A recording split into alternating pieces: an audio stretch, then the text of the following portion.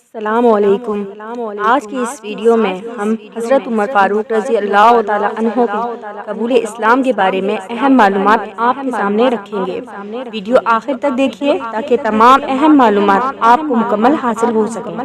حضرت عمر رضی اللہ تعالی عنہ کو دوسرے خلیفہ ہونے کا درجہ حاصل ہے۔ حضرت عمر رضی اللہ تعالی عنہ وہ ہستی ہیں جنہیں خود نبی کریم صلی اللہ علیہ وآلہ وسلم نے اللہ تعالی سے مانگ کر لیا۔ نبی کریم صلی اللہ علیہ وآلہ وسلم نے اللہ پاک سے دعا فرمائی، یا اللہ ایک شیر دیا ہے، ایک اور عطا کر دے، تیری مرضی عمر بن خطاب دے دے یا عمر بن ہشام دے دے۔ حضور صلی اللہ علیہ وآلہ وسلم دعائیں مانگ رہے ہیں اور یہ ہاتھ میں تلوار لیے غیظ و غضب میں گھر سے نکلتے ہیں کہ اسلام کا چراغ ہی بجھا دیں گے۔ نبی کریم صلی اللہ علیہ وآلہ وسلم نے جب نبوت کا اعلان کیا تو حضرت عمر فاروق رضی اللہ تعالی عنہ نے اسلام کی شدید مخالفت کی۔ حضرت عمر سخت جان اور شدید غصے والے انسان تھے، بڑے بڑے طاقتور آپ سے ڈرا کرتے تھے۔ حضرت عمر رضی اللہ تعالی عنہ کی بہن بہنوئی اسلام قبول کر چکے تھے، لیکن ڈر اور خوف کی وجہ سے حضرت عمر فاروق کے سامنے ظاہر نہیں ہوئے تھے۔ حضرت عمر اب بھی اپنے باپ دادا کے مذہب پر سختی سے قائم تھے اور ڈٹ کر اسلام کی مخالفت کرتے تھے اور مسلمان ہو جانے والوں کو مارتے پیٹتے تھے۔ اسی حالت میں ایک عرصہ گزر گیا، لیکن عمر اسلام لانے والے کسی انسان کو بھی اسلام سے نہ پھیر سکے۔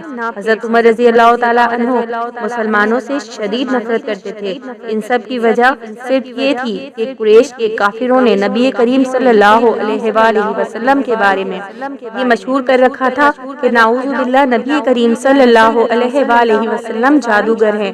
اسی زمانے میں جب آپ رضی اللہ تعالی عنہ نے نبی پاک صلی اللہ علیہ وآلہ وسلم کو قرآن پاک کی تلاوت کرتے دیکھا تو آپ کے دل میں اسلام کے لیے نرم گوشہ پیدا ہوا اور انہیں یقین ہو گیا کہ آپ نہ تو جادوگر ہیں نہ شاعر ہیں۔ اس کے باوجود حضرت عمر رضی اللہ تعالی عنہ باپ دادا کے مذہب کو چھوڑنے کو تیار نہ تھے۔ ایک دن حضرت عمر فاروق نے ارادہ کیا کہ نبی پاک صلی اللہ علیہ وآلہ وسلم کو قتل کر دیں گے، چنانچہ ننگی تلوار لے کر گھر سے نکلے۔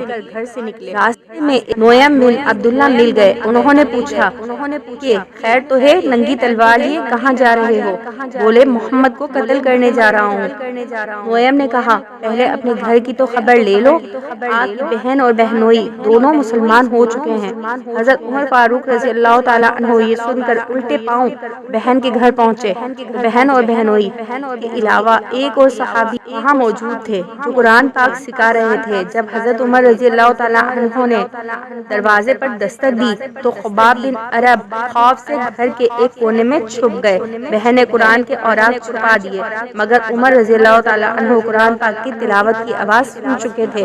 گھر میں داخل ہو کر پوچھا کہ کیا پڑھ رہے ہو؟ اپنے باپ دادا کے مذہب سے پھر گئے ہو؟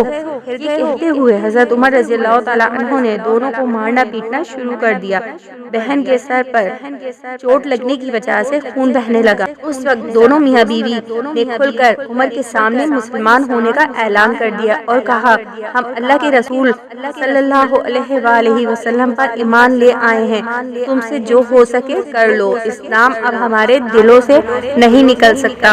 عمر نے بہن کا خون دیکھا اور یہ الفاظ سنے تو غصہ ٹھنڈا ہو گیا اور کہا جو تم پڑھ رہے تھے مجھے دکھاؤ۔ بہن نے وہ صفحات حضرت عمر کو دے دیے جس پر سورہ طٰہٰ لکھی تھی۔ اس کو پڑھ کر عمر رضی اللہ تعالی عنہ نے فرمایا کتنے خوبصورت الفاظ ہیں۔ یہ سن کر خباب بھی باہر نکل آئے اور بولے اے عمر، مجھے امید ہے کہ اللہ پاک نے اپنے نبی کی دعا کو پوری کرنے کے لیے آپ کو چن لیا ہے۔ یہ سن کر عمر رضی اللہ تعالی عنہ نے کہا مجھے محمد کے پاس لے چلو۔ نبی کریم صلی اللہ علیہ وآلہ وسلم اس وقت صحابہ کرام کے ساتھ ایک جگہ تشریف فرما تھے۔ عمر بن خطاب خباب کے ساتھ کمر سے تلوار لٹکائے وہاں پہنچے، دروازے پر دستک دی۔ ایک صحابی نے دروازے میں بنے سوراخوں سے جھانک کر دیکھا اور نبی کریم صلی اللہ علیہ وآلہ وسلم سے کہا کہ عمر دروازے پر کھڑے ہیں۔ حضرت حمزہ رضی اللہ تعالیٰ عنہ نے فرمایا انہیں اندر آنے دو، نیک ارادے سے آئے تو ٹھیک، ورنہ ان کی تلوار سے ان کا سر اڑا دیں گے۔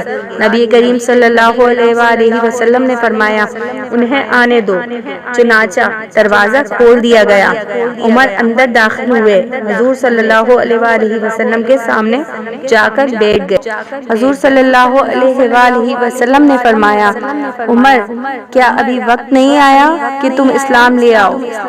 یہ وہی وقت تھا جو اسلام لانے کا وقت تھا۔ لبوں پر کلمہ جاری ہو گیا، مکے کی گلیاں گونجنے لگی اللہ اکبر کی صداؤں سے۔ اسلام لانے کے بعد حضور صلی اللہ علیہ وآلہ وسلم سے پوچھتے ہیں کہ حضور کیا ہم حق پر نہیں ہیں؟ حضور پاک صلی اللہ علیہ وآلہ وسلم نے فرمایا ہم حق پر ہیں۔ پھر کہا اللہ کا دین سچا نہیں ہے؟ نبی پاک صلی اللہ علیہ وآلہ وسلم نے فرمایا بے شک اللہ کا دین سچا ہے۔ کیا آپ اللہ کے سچے نبی نہیں ہیں؟ فرمایا میں اللہ کا سچا نبی ہوں۔ تو پھر ہم چھپ کر عبادت کیوں کرتے ہیں؟ اب مسلمانوں کی دو صفیں بنتی ہیں، ایک صف کی قیادت امیر حمزہ کرتے ہیں اور ایک صف کی عمر فاروق رضی اللہ تعالیٰ عنہ کرتے ہیں اور نبی کریم صلی اللہ علیہ وآلہ وسلم درمیان میں، اور یہ قافلہ صحن حرم میں آ کے اعلانیہ عبادت کرتا ہے۔ حضرت عبداللہ بن مسعود فرماتے ہیں کہ عمر کا اسلام لانا اسلام کے لیے عزت و وقار کا باعث بنا۔ حضرت عمر اسلام لانے کے بعد زندگی کی ایک ایک سانس اسلام کے لیے وقف کر دی۔ حضور صلی اللہ علیہ وآلہ وسلم کی حفاظت کی، آپ صلی اللہ علیہ وآلہ وسلم کے ناموس کی حفاظت کی، شریعت کی حفاظت کی، اسلام کی فتوحات پھیلتی چلی گئی۔ 22 لاکھ مربع میل تک حضرت عمر رضی اللہ تعالیٰ عنہ کی سلطنت پھیل جاتی ہے، عدل و انصاف کا دور دورہ ہو جاتا ہے۔ زمانے نے دیکھا کہ غیر مسلم بھی حضرت عمر کی عدالت میں کھڑا ہوتا تو اسے خوف نہ ہوتا کہ میرے ساتھ ناانصافی ہوگی، اس لیے کہ حکومت سیدنا عمر رضی اللہ تعالیٰ عنہ کی چل رہی ہے۔ ہر شخص چاہے وہ مسلمان ہو یا کافر مطمئن ہوتا تھا میرے ساتھ انصاف ہوگا۔ حضرت عمر رضی اللہ تعالیٰ عنہ عدل و انصاف کا پیکر تھے۔ یہ ہے عمر رضی اللہ تعالیٰ عنہ کا انصاف کہ نہ کافر کو یہ فکر کہ میرے ساتھ بے انصافی ہوگی، نہ مسلمان کو یہ فکر کہ میرے ساتھ بے انصافی ہوگی۔ اچھی ویڈیوز کے لیے ہمارے چینل کو سبسکرائب کیجیے۔